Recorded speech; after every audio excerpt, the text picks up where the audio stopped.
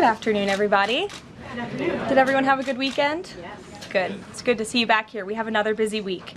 On a scheduling note, tomorrow, President Trump will travel to the great state of Florida to attend the opening of a new illegal alien detention center located at Dade Collier Training and Transition Airport alongside Secretary Kristi Noem, Governor Ron DeSantis, Congressman Byron Donalds, and other state and local leaders. We hope to see many of you there. The facility is in the heart of the Everglades and will be informally known as Alligator Alcatraz. There is only one road leading in, and the only way out is a one-way flight. It is isolated and surrounded by dangerous wildlife and unforgiving terrain. The facility will have up to 5,000 beds to house, process, and deport criminal illegal aliens. This is an efficient and low-cost way to help carry out the largest mass deportation campaign in American history. We are truly coming off a historic week of President Trump racking up win after win on behalf of the American people. President Trump restored peace through strength and acted decisively as commander-in-chief to obliterate the immediate threat of the Iranian regime's nuclear capabilities and then brokered a ceasefire between Israel and Iran, which continues to hold. Then, the president traveled to the Netherlands and achieved a monumental win for the United States and the NATO alliance by getting our allies to dedicate 5% of their GDPs to military spending. As a result of President Trump unleashing American energy dominance, summer gas prices are at the lowest they have been in 4 years, heading into the July 4th week. And with the incoming Trump economic boom, the stock market continues to roar back, with the S&P 500 and the NASDAQ both hitting record highs. And on this point of an economic boom, I bring to you original correspondence from the President of the United States to our Fed Chair, Jerome Powell. As the President has consistently stated, the American economy is booming. And there were so many economic analysts who said that this president's policies would drive our economy down, when in fact we have seen the opposite. We've seen a massive deregulation campaign take place. We've seen inflation completely diminished from where it was under the reckless spending and the bad policies of the previous incompetent administration. I would remind the Fed Chair, and I would remind the entire world, that this is a president who was a businessman first, and he knows what he is doing. He has a proven economic formula that worked in his first term as president, and it is working again. The one problem that remains is high interest rates for the American people. The American people want to borrow money cheaply, and they should be able to do that. But unfortunately, we have interest rates that are still too high. So the president sent this note to the Fed Chair today. And if you look at this chart, this is a chart of all of the interest rates of many countries throughout the world. At the top is Switzerland. They're only paying a quarter for interest rates. Cambodia, Japan, Denmark, Thailand, Botswana, Barbados, Taiwan, Bulgaria, Cuba, Sweden, Morocco, Cabo Verde, South Korea, Algeria, Canada, Albania, Libya, Malaysia, China, New Zealand, Trinidad and Tobago, Czechia, Bolivia, Australia, Costa Rica, the Bahamas, Kuwait, Papua New Guinea, Bosnia, United Kingdom, and the UAE are all paying lower interest rates than the United States of America, which has one of the hottest and strongest economies in the world. The president sent this note to the Fed Chair. It says, "Jerome, you are as usual too late. You have cost the USA a fortune and continue to do so. You should lower the rate by a lot. Hundreds of billions of dollars are being lost, and there is no inflation." And the president is right. There is historically low inflation thanks to his policies. And we will continue to drive down the cost of living in this country for Americans. We will continue to deregulate. And it's also incredibly important that we pass this one big, beautiful bill, which is the largest tax cuts in American history. And that's why the White House and the president himself have been in touch with lawmakers all weekend long to get this bill passed. And they are working very hard to do so. It remains a top priority for the president. And this bill has exposed the clear differences between Republicans and Democrats in 2025. The Democrats are doubling down on craziness and radical policies that are undermining the very fabric of our country. Just look at the Democrat nominee for New York City Mayor, Zohran Mamdani. He's a Democrat socialist, really a communist, who proudly calls to defund the police, peddles anti-Semitism, praises pro-Hamas groups, wants Israel abolished, and believes wealthy Americans should not exist. Those are his words, just as recent as this weekend. Meanwhile, under President Trump's leadership, Republicans are fighting tirelessly for everyday middle-class working Americans who re-elected this president. And we're carrying out a revolution of common sense. And all of that is packed into this one big, beautiful bill. It delivers the largest middle and working class tax cuts in U.S. history. It keeps America safe by funding the largest ever one-time investment in border security. It's enough to reverse the Biden border invasion. And every single Democrat is against that, against securing our border and deporting millions of criminal illegal aliens. The One Big Beautiful Bill also strengthens and protects Medicaid benefits, despite what Democrats are saying, for eligible American citizens who rely on it, like pregnant women, children, seniors, and people with disabilities, by eliminating waste, fraud, and abuse that threaten to destroy this program that was intended for the most vulnerable in our society. And every single Democrat in Congress is against rooting out that waste, fraud, and abuse, in blocking the 1.4 million illegal aliens who are currently improperly receiving these benefits that should be going to American tax-paying citizens. The Democrats in Congress are more concerned with defending illegal aliens than they are hardworking Americans. And the Big Beautiful Bill also revitalizes our military and enhances our defense capabilities, protects our country from emerging new threats by funding a cutting-edge missile defense system called the Golden Dome. And as we all know, the One Big Beautiful Bill makes the Trump tax cuts permanent. The White House and the president are adamant that this bill is passed and that this bill makes its way to his desk. Republicans need to stay tough and unified during the home stretch, and we are counting on them to get the job done. So with that, we will take questions. John Fredericks is in our new media seat today. John, thanks for being here. We'll kick it to you. Thank you, Karoline. Let's get to the One Big Beautiful Bill first. It appears now you're going to get at least 50 votes in the Senate. There'll be some amendments. What is the president's confidence level in getting 218 votes in the House by the end of this week in order for him to sign it on Friday? Well, look, we are very well aware, the president is very well aware, that this bill needs to not only pass out of the Senate, but it needs to go back to the House, and we need the full weight of the Republican conference to get behind this bill, and we expect them to, and we are confident that they will. The president has been working hand in hand with Senate Majority Leader Thune and also our House Republican leader, or the Speaker of the House, Mike Johnson, both of whom will be at the White House today to meet with the president yet again. I believe they were here this morning, actually.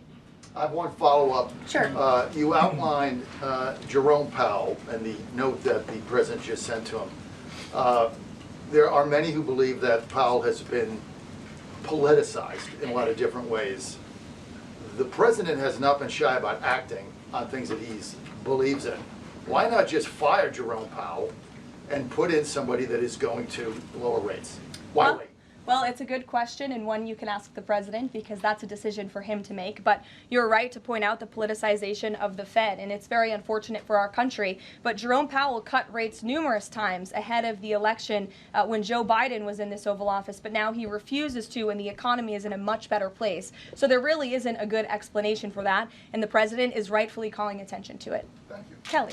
Good afternoon. On Iran, the president posted on his social that he is not even talking to them anymore. When we were at NATO, he said he expected the U.S. and Iran to have talks as early as this week, and that he might even want to see a written agreement. What is the update now if he's saying he's not even talking?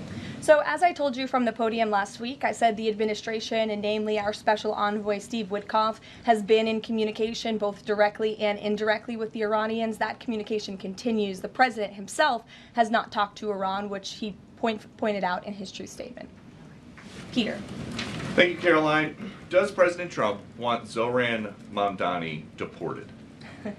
I haven't heard him say that. I haven't heard him call for that. But certainly he does not want this individual to be elected. I was just speaking to him about it and his radical policies that will completely crush New York City, which is obviously a city that the president holds near and dear to his heart. There's this Congressman, Andy Ogles, he wants the Attorney General Bondi to explore denaturalization proceedings because he thinks Mamdani could have misrepresented or concealed material support for terrorism based on rap lyrics he wrote in 2017. Does President Trump think this is a worthwhile use of the Attorney General's time? Well, I'll let the president speak to that. I have not seen those claims, but surely if they are true, it's something that should be investigated. And could President Trump see himself, you said you just talked to him about this, could he see himself working with a mayor Mamdani, somebody who, on Meet the Press this weekend, was given 3 chances to condemn the phrase globalize the intifada, but he couldn't. Yeah, look, the president is always willing to work with everyone. He's working with Democrats across the country, Democrat governors, and he said he'll work with people on the far left. He works with Republicans. He works with people in the middle. He wants to do what's right for America, but surely someone who holds these values and is quite literally a communist and condemns every value that makes this country great. Common sense, law and order, low taxes, working hard, and earning your keep in this country. He's against all of that, and I think the president would find it difficult to work with someone like that. If he is elected, I'm sure you'll hear more from the president on that, but we'll have to see. Hopefully the voters of New York City choose wisely. Sure. Thanks, Caroline. The president on Friday said that he was hopeful of a Gaza deal within the next week. Can you give us an update on any progress towards that, and on any talks that the White House is having with Israel on that? Sure. Well, I know that Mr. Dermer is in Washington this week to meet with senior officials here at the White House. I also know that this administration is in constant communication with Israeli leadership, and the president himself speaks frequently, as you know, to Prime Minister Netanyahu. But this has been a priority for the president since he took office, to end this brutal war in Gaza.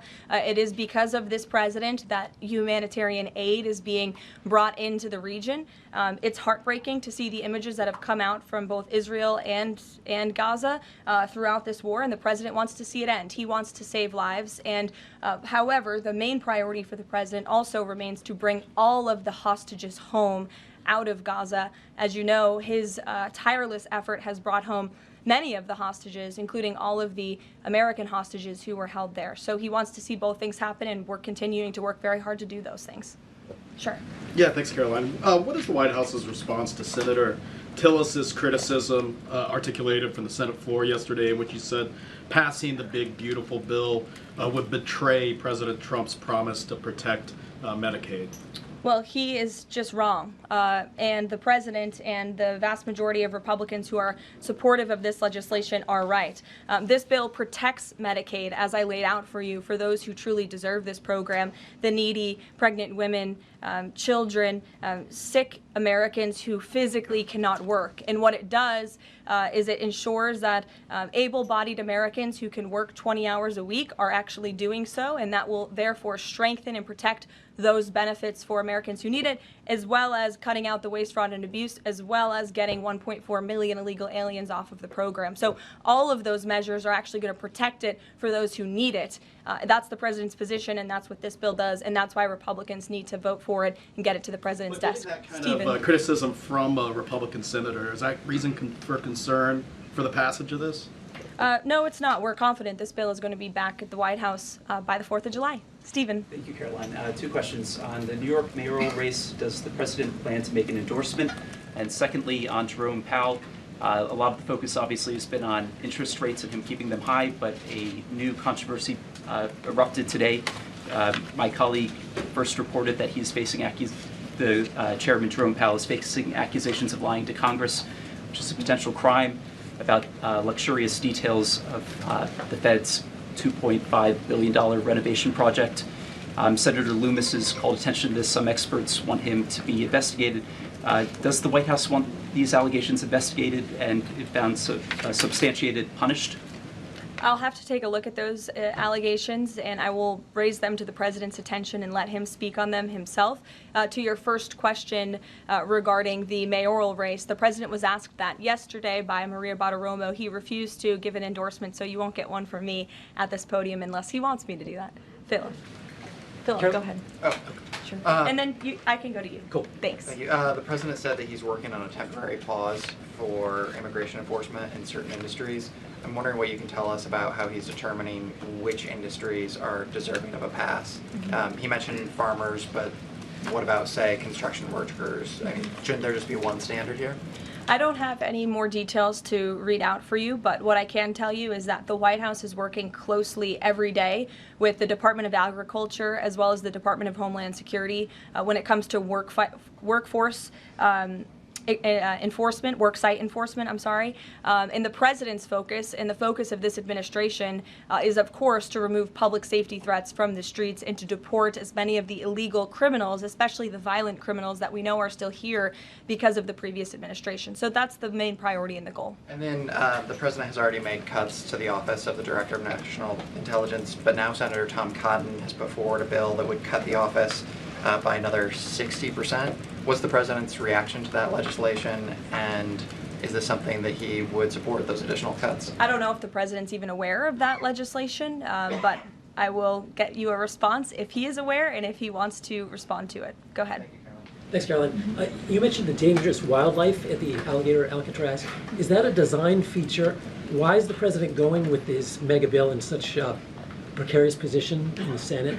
And then also, can you talk about the CBO estimate that it would add about 11 million uninsured?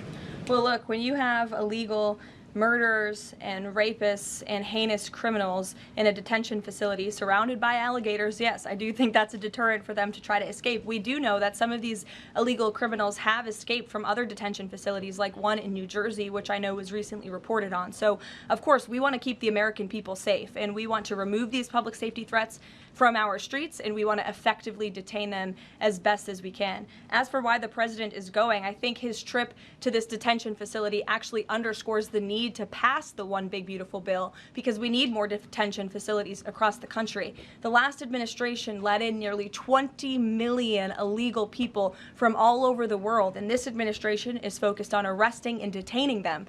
But in comparison to that 20 million illegal criminal population in our country, we only have 7,000 ICE agents in the interior who are doing this very important work. And so we obviously need more personnel, we need more resources, and that's why we need to pass the One Big Beautiful Bill. On the CBOs. Go ahead. Yes, in the pink. Oh, thank you. Thank you. You're welcome. Can you please share some details of China trade deal? Has the U.S. agreed to ease some export, technology export restrictions? Sure. Well, the final language that was agreed upon in both Geneva and in London was signed just past week. We can get you that final text of the agreement. Go ahead. Thank you, Karoline. Eamon, and then behind you. Okay, thanks, Karoline. So on Jay Powell, has the president got a short list of who he wants to see as Jay Powell's successor, and is he going to name a successor as early as this summer? I won't get ahead of the president on any announcements on that. Does he like Scott Besson for the job? Again, I won't get ahead of the president. And on TikTok, if you could, real quick, he said Sure. yesterday he's got a buyer, but the question there is, does he have a seller?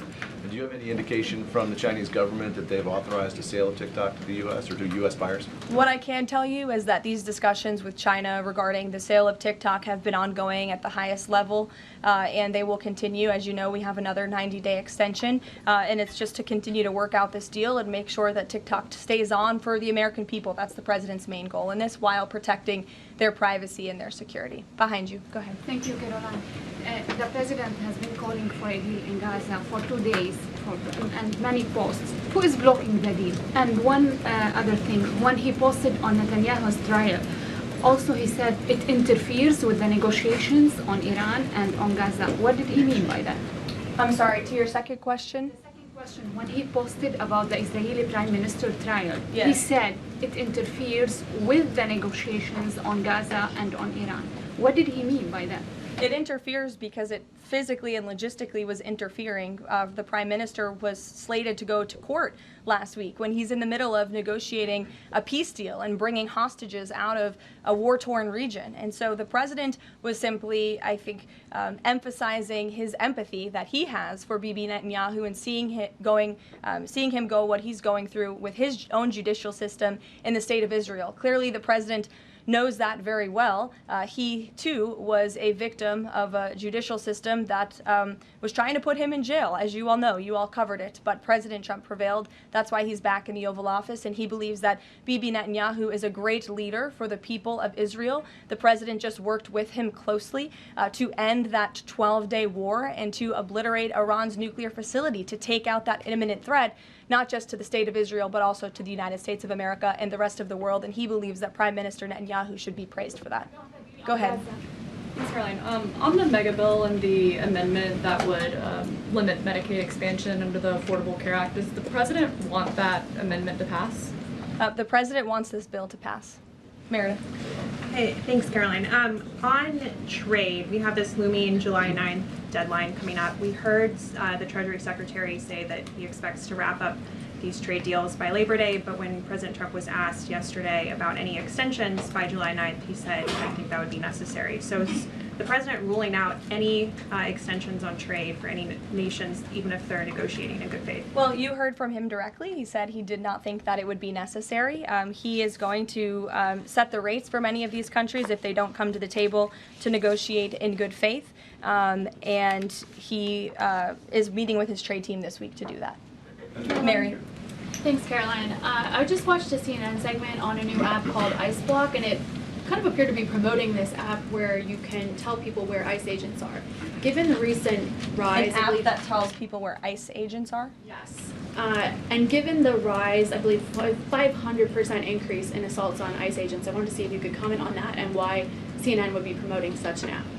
Well, it's a very good question. I'll have to go back and watch the clip myself, but surely it sounds like this would be an incitement of further violence against our ICE officers. As you know, as you stated, there's been a 500% increase in violence against ICE agents, law enforcement officers across the country who are just simply trying to do their jobs and remove public safety threats from our communities. And that's something we as Americans, including journalists at CNN who live in many of these cities where illegal aliens are hiding and were let in from the previous administration, should be very grateful for. So we haven't seen the clip. We'll take a look at it, but certainly it's unacceptable that a major network would promote such an app that is encouraging violence against law enforcement officers who are trying to keep our country safe. Caroline, Shelby. I just wanted to get a clarification on the Senator Rick Scott's amendment. It sounds like the president is agnostic about whether it's attached. Is that accurate? Look, I'm not going to get into the details of the discussions that are ongoing right now, but the president wants these senators to come to a conclusion, to get this bill back to the White House as soon as possible and make sure that it's a piece of legislation that can make its way back through the House as well. So obviously there's some ping-ponging between both sides of Capitol Hill right now, but that's why Senator Thune and Speaker Johnson are working with the president in lockstep every step of the way. In the back, News Nation, go ahead. Thanks, Caroline. The president did and then announce. in front of you, yes. In front of. Sure, I'll take both of you. The president did announce last week that the trade deal with India is closed, and this could happen anytime soon. Are there any roadblocks as of now? Are there any updates on that? And how does the president see this about China's role or its influence in the Indo-Pacific region? Sure, yes. The president said that last week, and it remains true. I actually just spoke to our Secretary of Commerce about it. He was in the Oval Office with the president. They are finalizing these agreements, and you'll hear from the president and his team, his trade team, very soon when it comes to India. And on China? How do we counter China on that front? Yes, I mean, look, India remains a very strategic ally in the Asia Pacific, and the president has a very good relationship with Prime Minister Modi, as you know, and he will continue to have that. Go ahead. Thank you, Caroline. On the reconciliation bill, Senator Tillis from the floor yesterday seemed to suggest President Trump was getting bad counsel on the effects of the bill. Is President Trump aware of the analyses, and there are several of these, that suggest if rural hospitals potentially close, if there are Medicaid patients in the millions that become ineligible for that?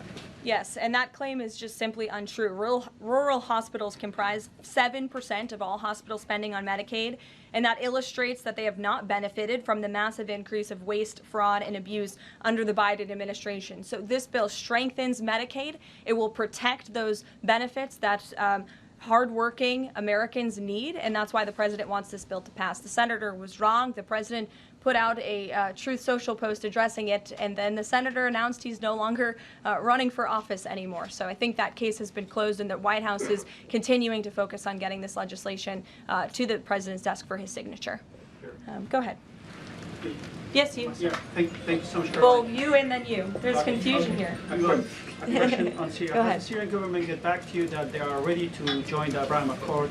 Is there any discussion with the Syrian and Israeli government for having a security agreement?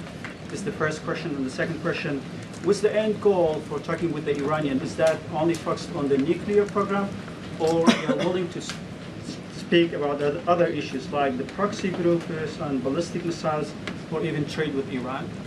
So as for discussions between Syria and Israel, you'll have to reach out to those respective governments. I can't comment on that. But what I can tell you is that this afternoon, the president will be signing an executive order to terminate the United States sanctions program on Syria. And this is in an effort to promote and support the country's path to stability and peace.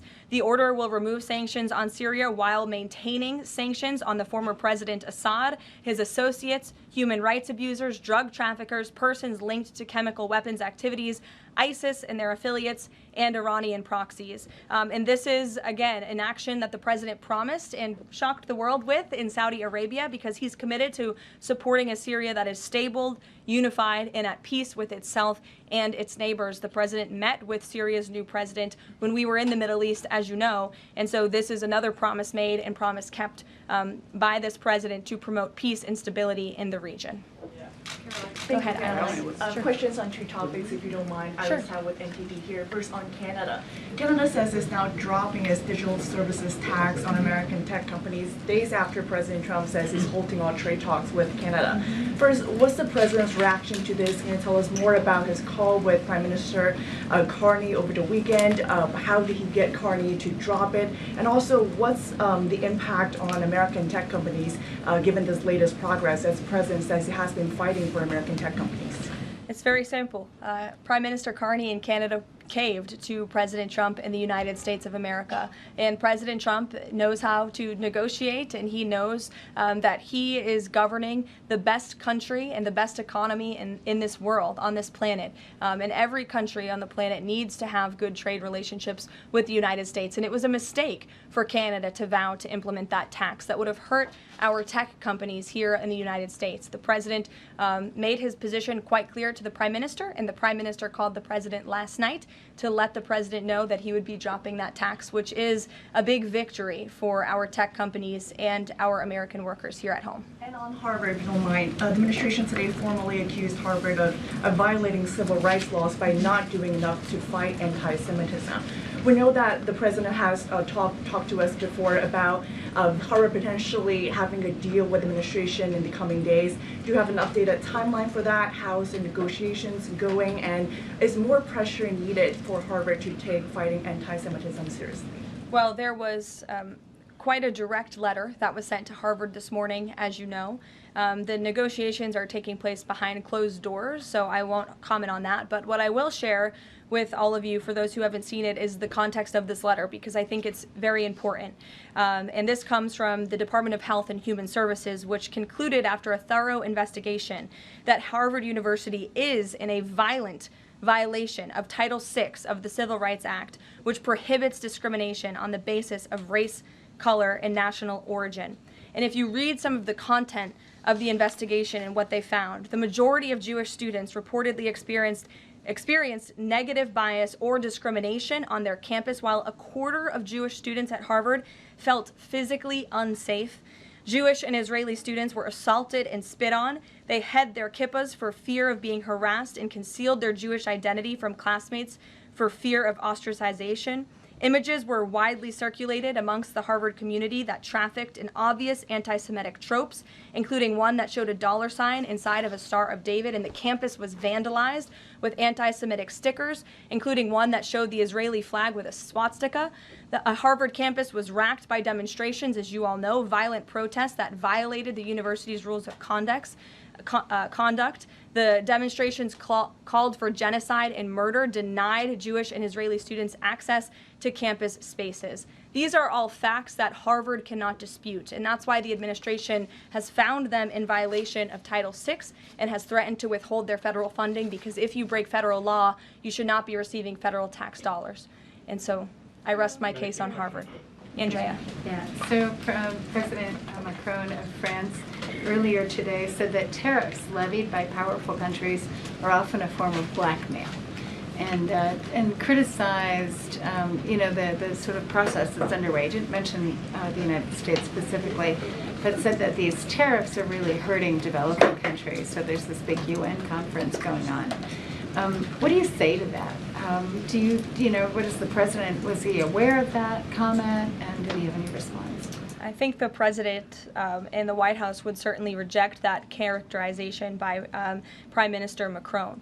Tariffs are an effective use of presidential power to bring back the middle class, to bring back our manufacturing industry, which was the backbone of our American economy and has been hollowed out by globalist politicians who have caved to foreign countries instead of doing what's right for American workers. That's why the president is effectively utilizing his authority to wage tariffs and to utilize tariffs, and continues to be in discussions and negotiations on trade to do what's right for America. And Europe and the rest of the world might not be used to that, but President Trump is back in town, and he's going to do what's right for our people and our country. Can I just follow up on Netanyahu? So there's a report in Israeli media that the Prime Minister will actually be here, that Netanyahu will be here today meeting with the President. Can you confirm that? I don't believe Prime Minister Netanyahu is here today. I think you guys would know about that by now. Unless there's something going on I don't know about, but I don't believe he is. I do know he has expressed interest in coming to Washington and meeting with the President, and we are working on a date for that.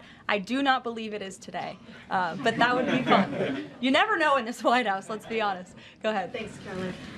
Does the President support this new measure in the big, beautiful bill that would impose steep new taxes on new wind and solar projects? I believe you're referring to the credits for wind and solar projects. No, and we're talking about the new tax. There's a new tax that it's estimated would add 10 to 20% to the cost of any new wind and solar projects that start after this year.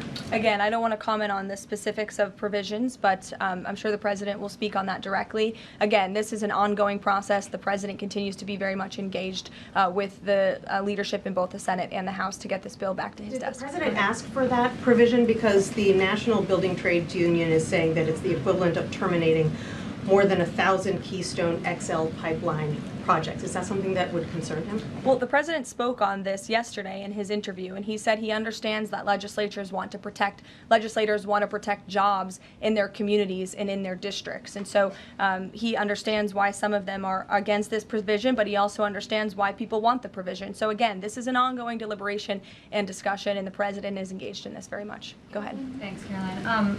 We've been hearing from White House officials for weeks that you're close on trade deals with a number of countries. Can we get any update on which countries will have deals by the 9th and when there may be any announcements? I'll let the President and the trade team speak on it. Can you respond to the CBO estimate that the Senate bill would increase the deficit by nearly $3.3 trillion? This is one of the most fiscally conservative pieces of legislation that has ever made its way through Capitol Hill. There's $2 trillion in mandatory savings in this bill, and not only that, the projected growth that this bill will bring to our economy. It will be an economic boom. The Council of Economic Advisors has an analysis that shows that the bill will generate $4.1 trillion in economic growth, and it will cut taxes, putting more money back into the American people's pockets. That's why this president wants this bill to pass, and I know he's busy working the phones and doing what he needs to do today to make it happen. So we'll see you all later. Thank you. We'll see you in Florida tomorrow. Thank you.